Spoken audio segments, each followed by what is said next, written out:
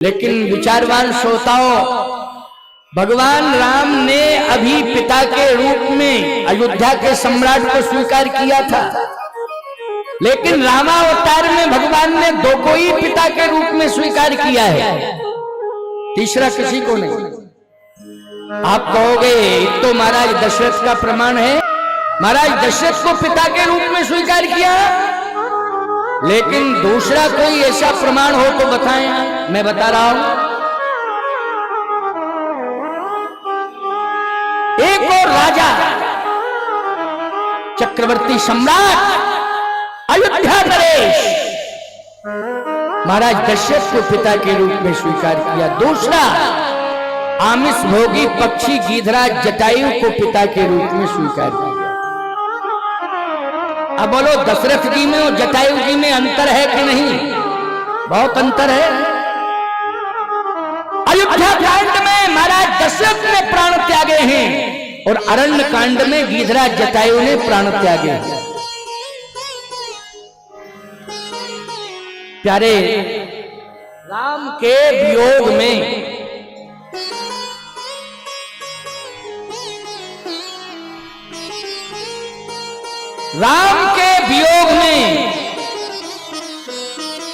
महाराज दशरथ राम राम राम राम कहते हुए प्राण त्याग रहे हैं और गीधराज जटायु सीता के वियोग में।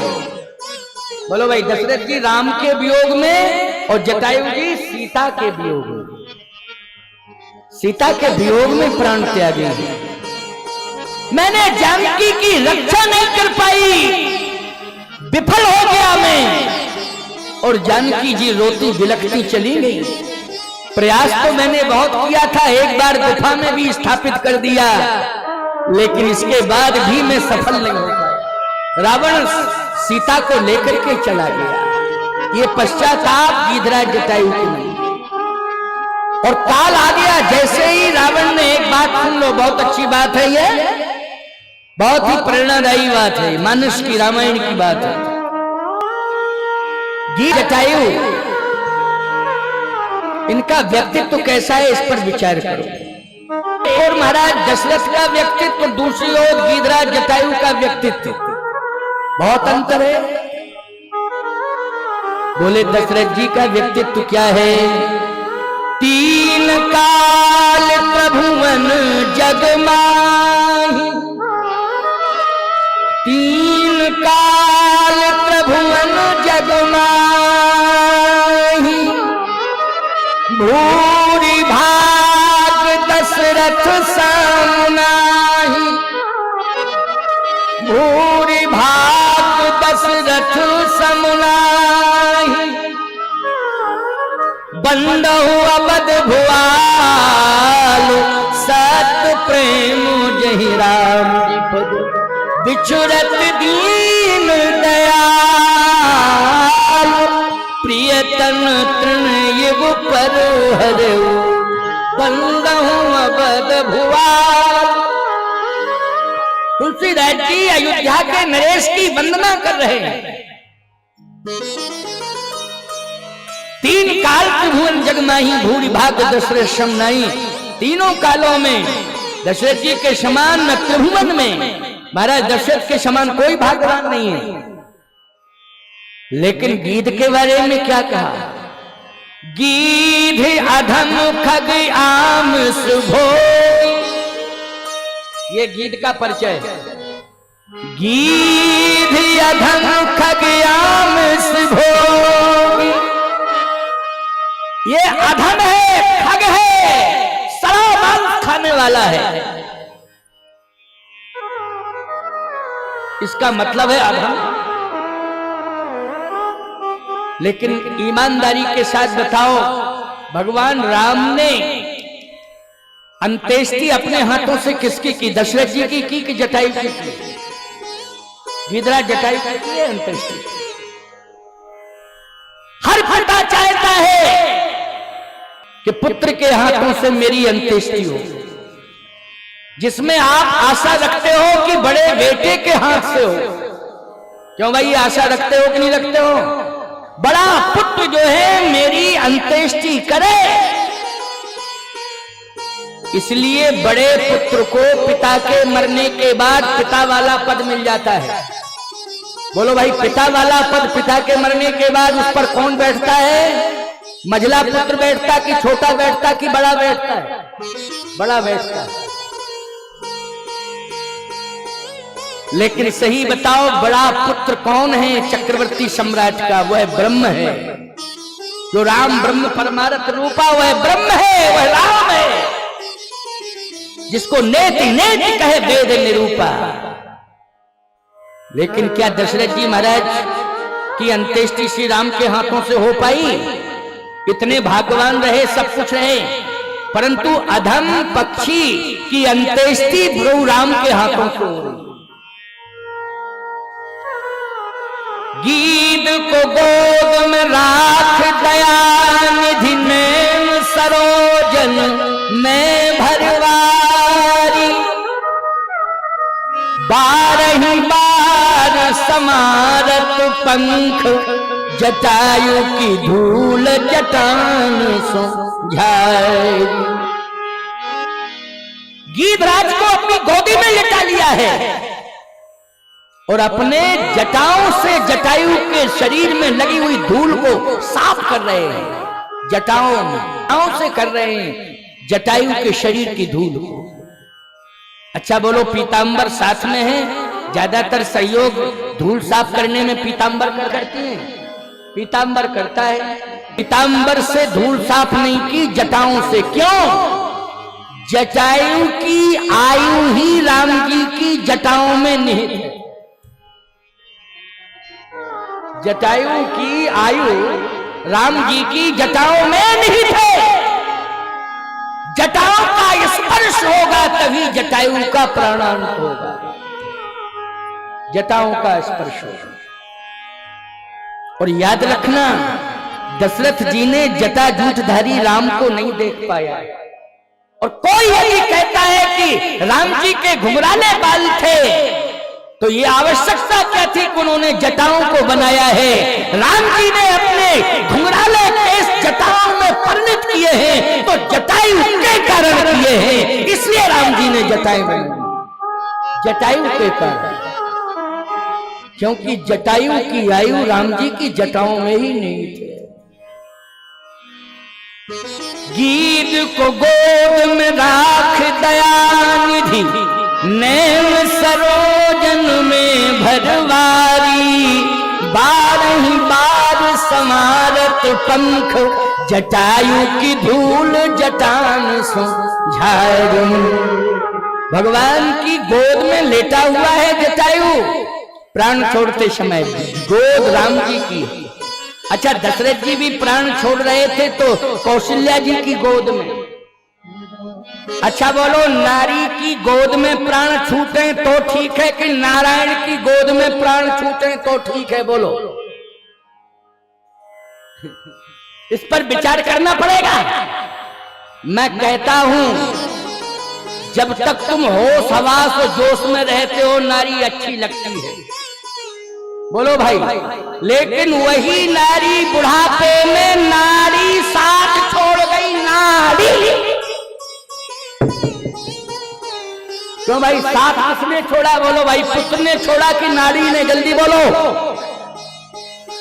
अच्छा, नारी छूटती है तभी मरते हो कि नहीं मरते हो? डॉक्टरों से पूछना जरा, अनुभव की बात बता रहा है।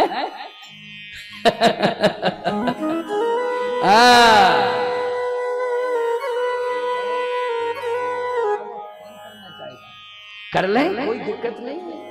अभी करना हो अभी कर लो, नहीं 10 मिनट बात करना अभी कर लो। किसी को अगर जल्दी जाना, स्वागत कर सकते। राघव गीत गोद करनी,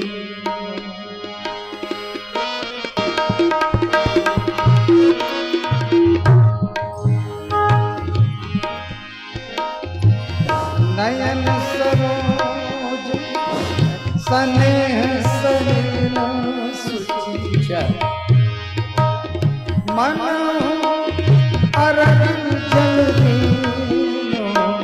स्वामी राजा भारती परमहंस के शिष्य महंत श्री शोभानंद भारती जी के पिताजी श्री अंगद जी। जय श्री सीताराम। बोलिए अंगद जी महाराज की। देखिए अंगद जी ने अपनी जय श्री सीताराम परमपाद श्री रामानुजाचार्य जगत गुरु श्री रामस्वरूप आचार्य भगवान का सम्मान करेंगे। कौन? सभी का सपना होता है कि उसका बेटा बड़ा होकर उसका नाम रोशन करे, लेकिन आपके बेटे ने आपका ही नहीं, जावलू का नहीं, उनको बुलाओ ना आगे। अंगद जी बल्कि को बुलाइए। फतेहपुर सीकरी से स्वामी जी के भक्त आए हैं और स्वामी मौनी बाबा के पिताश्री भी आए हुए हैं। बल्कि पूरे क्षेत्र का नाम सारे बोलो बोलो बोलो बोलो। पूरे क्षेत्र का नाम सारे विश्व में रोशन कर दिया। आज इस क्षेत्र का हर भक्त ये गर्व से कह सकता है कि हम धन्य हो गए जो मौनी बाबा ने हमारे यहाँ जन्म लिया है। आपने पूरे क्षेत्र को धन्य कर दिया। जय हो जय हो।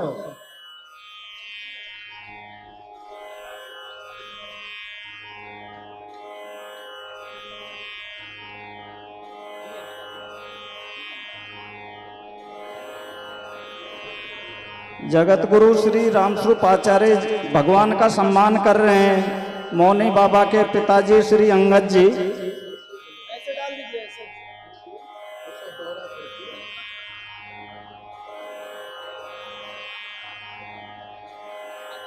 शांति बनाए रखें।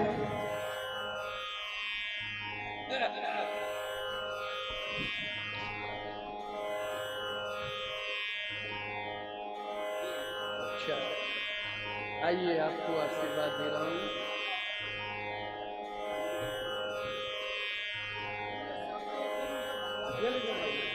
अंगद जी आपके साथ साथ ये पूरा क्षेत्र अपने आप को गौरवान्वित महसूस कर रहा है।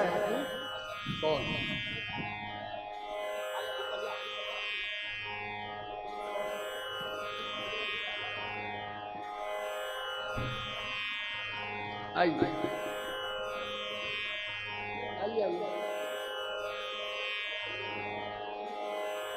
आप जो है अंगद जी हैं, इसी जावली धाम में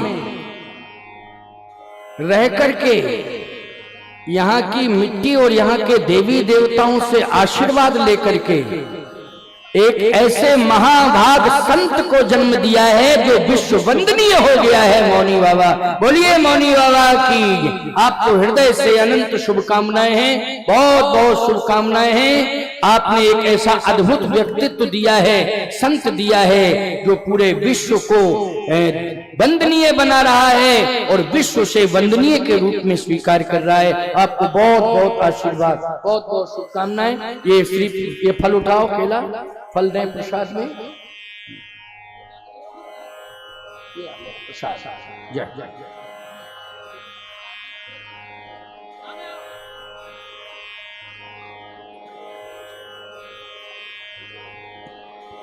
जी। समस्त कथा प्रेमी श्रद्धालुओं से निवेदन है कि मंच को जितनी जल्दी हो सके खाली करने की कृपा करेंगे। हम आप सभी को कथा श्रवण करने के लिए लाखों श्रद्धालु भक्त यहाँ बैठे हुए हैं, इसलिए सभी का ध्यान रखना है। जितनी जल्दी हो सके मंच को खाली करें और जो समिति के सदस्य हो वो विशेष रूप से मंच को खाली करवाने की आप सभी से निवेदन है। समिति के जो भी पदाधिकारी गण हो वो मंच को जल्दी से जल्दी खाली कराएं, क्योंकि अभी कथा श्रवण करनी है। समस्त भक्त श्रद्धालु बैठे हुए हैं कथा श्रवण करने के लिए, इसलिए निवेदन है कि जल्दी से जल्दी मंच को खाली करने की कृपा करें।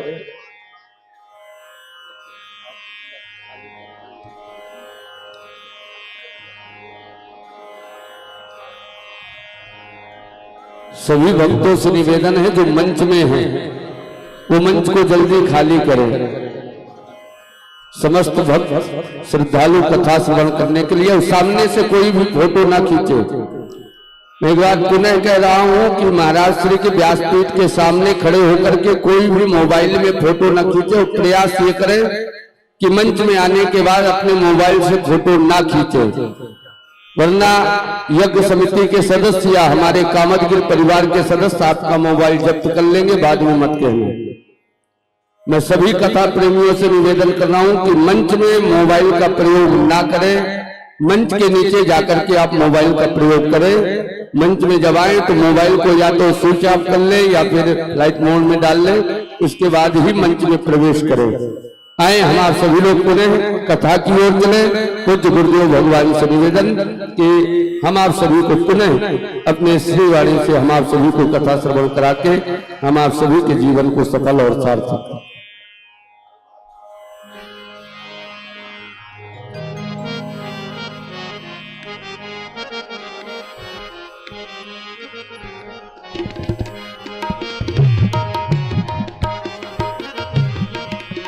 एक महाभारत का प्रमाण है कि मरने के पहले बाणों की सैया मिली है भीष्म पितामह। किसकी सैया मिली है? मरने के पहले बाणों की सैया मिली है महाभारत में। भीष्म पितामह कौन है? नैष्ठिक ब्रह्मचारी हैं, तपोनिष्ठ हैं, तपस्वी हैं, लेकिन बाणों की शैया पर लेटे हुए हैं। ये दृश्य देखना, दशरथ जी कौशल्या जी की गोद की शैया बना चुके हैं। भीष्म पितामह बाणों की शैया मरने के पहले बना चुके हैं, और गीधराज जटायु नारायण की गोद रूपी शैया में लेट करके महाप्रयाण कर रहा है। बोलो तीनों में भाग्यवान कौन है? जल्दी बोलो। तीनों में भाग्यवान है गीधराज जटायु। गीधराज जटायु ये तीनों में भाग्यवान।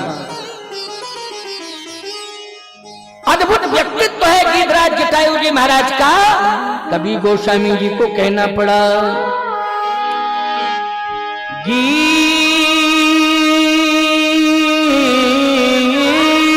यधम खग आमिष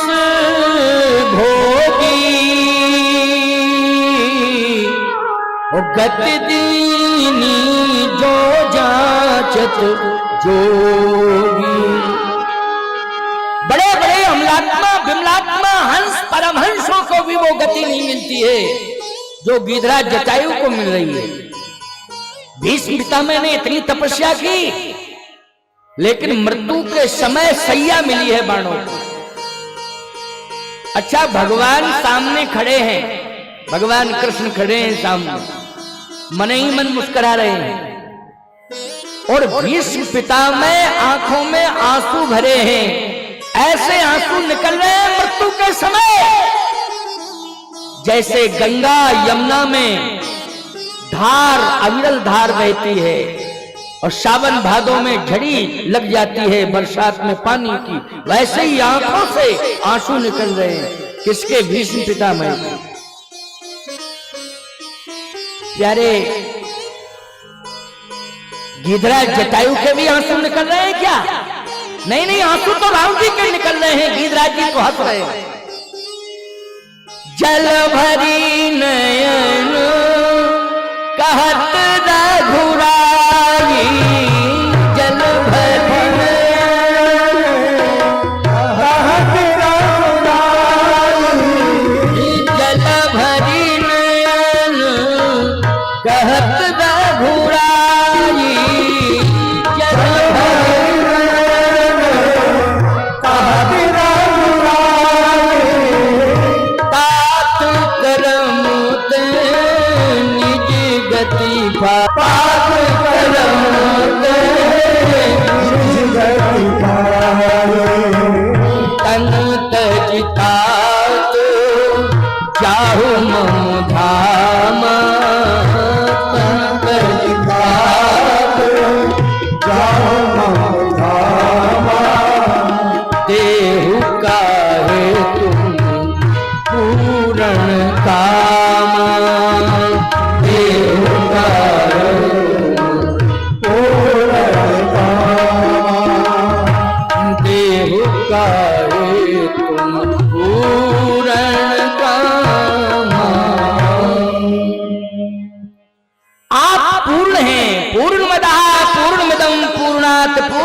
मुच्यते, पूर्णस्य पूर्णमादाय पूर्णमेवावशिष्यते।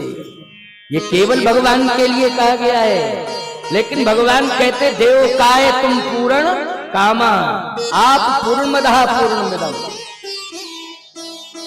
गीधराज जटायु ने कहा कि एक बात का मुझे कष्ट है। क्या? नाथ दशानन यह गति कीन्ही, नाथ दशानन यही गति कीन्ही, तहीं खल जनक सुता लीन। ये लंकाधिपति दशानन ने ये मेरी गति की है।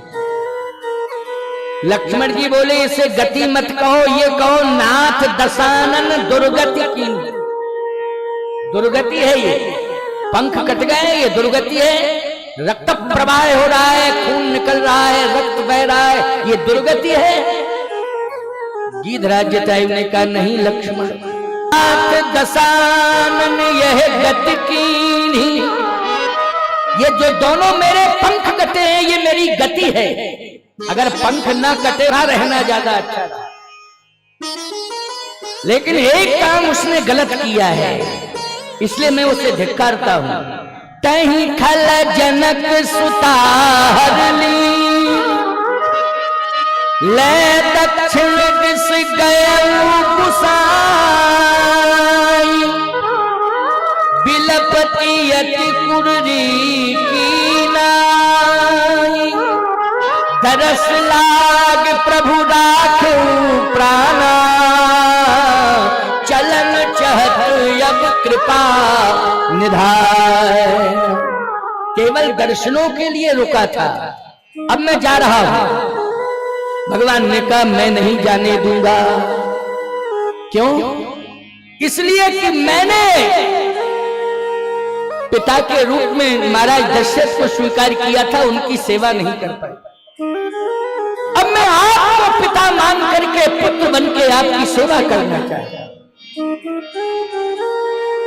मोरे जान तात कछुक दिन जीजे, लीजिए आप सुवन सेवा, सुख मोहे पितु को दीजिए। मैं पुत्र बनकर के आपकी सेवा करना चाहता हूं, तभी मुझे संतोष मिलेगा। अच्छा बोलो कितना भाग्यवान है वो अधम पक्षी कि राम जी कहते मैं सेवा करना चाहता हूं और पुत्र बनकर आपको पिता बना। गीधराज जटायु ने कहा कि मैं पिता नहीं बनना चाहता, क्यों? घाटे का सौदा हो जाएगा। महाराज दशरथ पिता बने थे तो आपको बुलाते रहे, लेकिन आप पहुंचे नहीं और राम राम कहते कहते प्राण त्याग दिए। ये पिता बनने का ही परिणाम था। मैं नहीं बनना चाहता हूं, क्योंकि जो सौभाग्य पिता बन के महाराज दशरथ को नहीं मिला कि राम की गोदी में प्राण त्याग देते, ये सौभाग्य जटायु को मिला है तो राम की गोदी में प्राण त्याग रहा है। इसलिए मुझे पिता नहीं बनना है, बल्कि प्राण त्याग के जाना है। कहां जाना है? हाँ आप भेज दोगे वहीं जाना, जहां आप भेज दोगे वहीं जाना है। राम का नाम लेकर जो मर जाएंगे, लेकर जो मर जाएंगे, वो अमर नाम दुनिया में कर जाएंगे, वो अमर नाम दुनिया में कर जाएंगे, वो अमर नाम दुनिया में कर जाएंगे, वो अमर नाम दुनिया में कर जाएंगे। ये न पूछो कि मर कर किधर जाएंगे, ये न पूछो मर कर किधर जाएंगे, ये न पूछो कि मर कर किधर जाएंगे, ये न पूछो मर कर किधर जाएंगे, वो जिधर भेज देंगे उधर जाएंगे, वो जिधर भेज देंगे वो जिधर भेज देंगे उधर जाएंगे, वो जिधर भेज देंगे उधर जाएंगे। राम का नाम लेकर जो मर जाएंगे, राम का नाम लेकर जो मर जाएंगे, वो अमर नाम दुनिया में कर जाएंगे, वो अमर नाम दुनिया में कर जाएंगे, वो अमर नाम दुनिया में कर जाएंगे। गिद्धराज जटायु ने कहा जिधर भेजोगे मैं वहीं जाऊंगा, लेकिन मैं जिंदा नहीं रहूंगा, मैं रहना नहीं चाहता। भगवान राम ने एक बात कही हुई है, बहुत अच्छी बात है, क्या कि जा ही रहे हो तो कुछ मांग लो। अच्छा भैया एक बात आपको बताऊं, भीष्म पितामह उत्तरायण सूर्य का इंतजार कर रहे थे। उन्हें इच्छा मृत्यु का वरदान मिला था, लेकिन 6 महीने बाणों की सैया में लेट करके मौत का इंतजार कर रहे हैं। क्यों कर रहे हैं मौत का इंतजार? उत्तरायण सूर्य का इंतजार कर रहे हैं। उत्तरायण सूर्य में जो प्राण त्यागता है उसे मोक्ष मिलता है, लेकिन जब भगवान सामने खड़े हो तो उत्तरायण और दक्षिणायन पर विचार करना चाहिए। क्या बोलो? जब भगवान ही सामने खड़े हो, और भीष्म पितामह के सामने भगवान खड़े थे और फिर भी जो है उत्तरायण सूर्य का इंतजार कर रहे थे, नहीं, कर्मों का फल भोग रहे थे। बोलो भाई, कर्म जो है मरने नहीं दे रहे थे, कर्म जो है मरने नहीं दे रहे थे भीष्म पितामह को, इसलिए बाणों की सैया पर 6 महीने तक लेटे रहे और भगवान कृष्ण कई बार सामने गए, इसके बाद भी प्राण नहीं त्यागे। ये कर्मों का फल, और प्रत्यक्ष को प्रमाण की जरूरत नहीं है। गिद्धराज जटायु ने श्री जानकी मैया के सम्मान में प्राणों की आहुति दी है। अपमान नहीं सह सके जानकी जी का और आक्रमण कर दिया किसके ऊपर? रावण के ऊपर। लेकिन भरे हस्तिनापुर की सभा में द्रौपदी का अपमान होता रहा और भीष्म पितामह देखते रहे। बोलो, देखते रहे कि नहीं देखते रहे? भीष्म पितामह बार बार रोती है, बिलखती है और कहती है मेरी रक्षा करो, मेरी रक्षा करो, मेरी रक्षा करो। हे पितामह, आप चाहो तो मेरी रक्षा कर सकते हो। ये दुशासन, ये दुर्योधन एक बार आंख उठा करके देख दोगे तो भागने के लिए रास्ता नहीं मिलेगा इनको कि किस रास्ते से भागे। लेकिन भीष्म पितामह कुछ नहीं बोले, माथा नीचा कर लिया। बोलो भाई, द्रौपदी का अपमान देखते रहे कि देखते रहे? और गिद्धराज जटायु सीता जी का अपमान नहीं देख पाया, आक्रमण कर दिया रावण के ऊपर।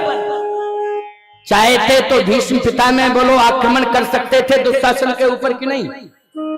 खबरदार, अगर तूने मेरे सामने द्रौपदी का अपमान किया, तुझे धरती के अंदर गाड़ दूंगा खोद करके, हाथ जा मेरी आंखों के सामने। इतना ही कहना था।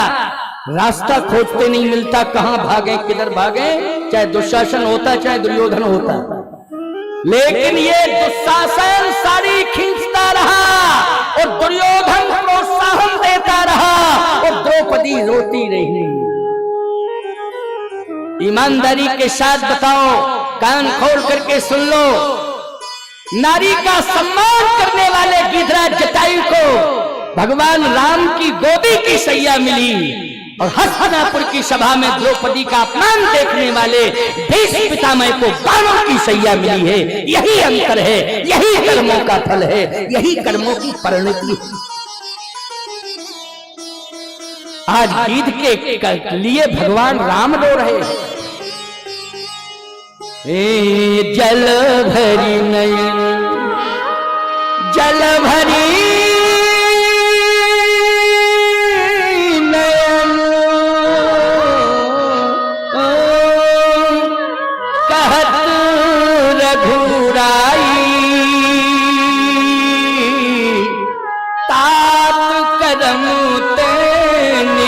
गति पाए। कर्मों के कारण आपको मोक्ष मिल रहा है। हंसने लगे गीधराज जटायु। लक्ष्मण जी ने कहा मरने वाला व्यक्ति तो रोता है, मरने वाला व्यक्ति रोता है, ये हंस क्यों रहे हैं? गीधराज जटायु ने कहा छोटे ठाकुर लक्ष्मण कुमार, मरने वाला व्यक्ति क्यों रोता है मरते समय? लक्ष्मण जी ने कहा इसलिए कि उसके सामने काल होता है। कौन होता है? काल होता है। अच्छा, मरने वाले व्यक्ति के सामने कौन आ जाता है उस समय? बोलो, काल आ जाता है। काल को देख करके वो रोता है। गीधराज जटायु ने कहा मरने वाले व्यक्ति इसलिए रोते हैं, मरते समय उनके सामने काल होता है, लेकिन मैं इसलिए हंस रहा हूं मरते समय। तो भाई विमल भक्ति किसे दे करके आए हैं? केवट। बहुत कीन हट लखन सिए नहीं कछु केवट ले, विदा कीन करुणा यतन भगति विमल बर। ये विमल भक्ति दे करके आए हैं केवट को, लेकिन अब दूसरी भक्ति, विशेष भक्ति है जो वो दे रहे हैं गीधराज जटायु। मांग लो, मांग लो। गीधराज जी ने कहा पहली बात तो मुझे कुछ नहीं चाहिए। भगवान ने कहा नहीं नहीं नहीं, मैं दूंगा, आप जाना चाहते तो मैं दूंगा। गीधराज जी ने कहा तो मैं मांग रहा हूं, देना पड़ेगा, जो मैं मांगूंगा देना पड़ेगा। हाँ दूंगा दूंगा दूंगा। गीध ने कहा कि अविरल भक्ति दे दो मुझे, अविरल भक्ति।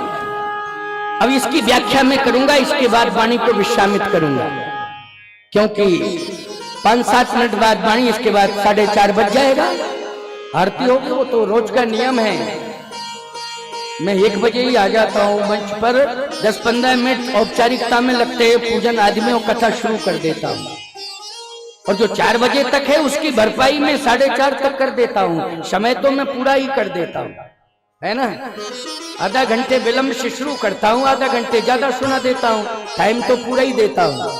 ऐसा नहीं है कि मैं लेट बैठूं और 4 बजे बंद कर दूं, नहीं नहीं, प्रतिदिन 4:30 बजे तक कथा कह रहा हूं। और कथा जब मैं शुरू करता हूं तो कथा ही कहता रहता हूं, बीच में बंद नहीं होता हूं। ये तो सम्मान के लिए आप लोगों ने कहा, तो मैंने कहा ठीक है, औपचारिकता पूरी कर लो, कोई दिक्कत की बात नहीं, मैं तो कथा ही कहता रहता हूं। आइए, ये अविरल भक्ति, अविरल भक्ति क्या है? अविरल भक्ति क्यों मांगी? अविरल भक्ति का अर्थ समझ लो पहले। गीधराज जी ने कहा अविरल भक्ति दे दो, भगवान ने कहा अविरल भक्ति। हाँ, भगवान स्तब्ध हो गए। भगवान के हाथ पैर ढीले पड़ गए, बिल्कुल जैसे शरीर के अंदर कुछ भी ना रहा, कुछ भी ना रहा। लक्ष्मण जी ने कहा ये अविरल भक्ति कोई स्पेशल है? ये समझ में नहीं आ रहा, सुन करके आप आश्चर्यचकित हो रहे हैं। तो ये अविरल भक्ति क्या कोई स्पेशल भक्ति है? भगवान ने कहा हाँ, ये अविरल भक्ति का अर्थ होता है लक्ष्मण कि जीव ब्रह्म से और ब्रह्म जीव से एक पल एक क्षण के लिए भी विलग ना हो। बोलो भाई, ये बहुत बड़ी भक्ति है ना अविरल, कि जीव ब्रह्म से और ब्रह्म जीव से एक पल एक क्षण भी विलग ना हो। यह है अविरल भक्ति। जैसे एक सामान्य उदाहरण दे दूं आपको मैं, क्योंकि आप लोग ग्रामीण अंचल के हैं ना, तो सामान्य उदाहरण में बहुत जल्दी समझ में आ जाता है। किसी पर्वत से जल प्रपात हो रहा, और जब से वो जल प्रपात हुआ है तब से निरंतरता बनी हुई है, उसमें कभी अवरुद्धता नहीं आई। तो ईमानदारी के साथ बताओ, उस जल में निर्मलता भी रहेगी, क्योंकि वो कभी बंद नहीं हो रहा और मूल से निकल रहा है। इसलिए उसमें जिस स्थान से निकल रहा है जल और कभी भी प्रवाह बंद नहीं हुआ है, तो बोलो वो गंगा के समान निर्मल जल होगा कि नहीं होगा? बोलो भाई, होगा कि नहीं होगा? गंगा के समान निर्मल जल होगा। सीधी सी बात यह है कि जीव के अंदर जो दोष आते हैं, गंदगी आती है, कब? जब वो परमात्मा से दूर हो जाता है और परमात्मा से के पास सदा रहे तो निर्मलता रहेगी, कभी भी दोष आएंगे ही नहीं। बोलो भाई, आएंगे नहीं। इसलिए देना चाहते हो तो बस इतना ही वचन दे दो कि मैं आपसे एक पल एक क्षण के लिए भी विलग न रहूं और आप मुझसे विलग ना हो, मैं आपसे विलग न रहूं। इसको कहते हैं अविरल भक्ति। भगवान ने कहा एव मस्त। लक्ष्मण जी ने कहा लंका ले चलो इनको टांग के, क्योंकि अविरल भक्ति मिल गई। एव मस्त कह दिया और जब सब राक्षस मर जाएं इसके बाद अयोध्या ले चलो। और आपने पिता के रूप में प्रमोशन कर ही दिया तो सिंहासन पर बिठा दिया, क्योंकि आपने एव मस्त कह दिया, अविरल भक्ति दे दी, निरंतरता दी रहे, एक पल एक क्षण के लिए भी अलग ना हो। भगवान ने कहा सुनो लक्ष्मण, ये तुम्हारा सामान्य ज्ञान बोल रहा है, ये तुम्हारा सामान्य ज्ञान बोल रहा है लक्ष्मण। अविरल भक्ति में जिसे देता हूं उसे जीव नहीं रहता हूं, उसे मैं ब्रह्म बना देता हूं, अपने समान बना देता हूं। इसलिए गीध देह तज धर हरि रूपा, उसे जीव रहने ही नहीं देता हूं, अपने समान बना देता हूं, ब्रह्म ही बना देता हूं। एको ब्रह्म द्वितीयो नास्ति। इसलिए जैसे एव मस्तु कहा उसी समय गीध देह तज धर हरि रूपा, गीध के शरीर से शंख चक्र गदा पद्म लेकर के नारायण प्रकट हो गए। बोलिए सत्य नारायण भगवान की, ये सत्य प्रकट हो गया। गीध क्या बन गया? बोलो भगवान बन गया। गीध गीध नहीं रहा, गीध क्या हो गया? भगवान बन गया है। इसलिए कर्म से जीव क्या बन जाता है? महान ही नहीं बनता है बल्कि भगवान बन जाता है। यही है आज की कथा का तात्पर्य। इसलिए अविरल भगति मांग बर गीध गयो हरि धाम, तहीं की क्रिया जथोचित निज कर कीनी राम। श्री राम जय जय राम।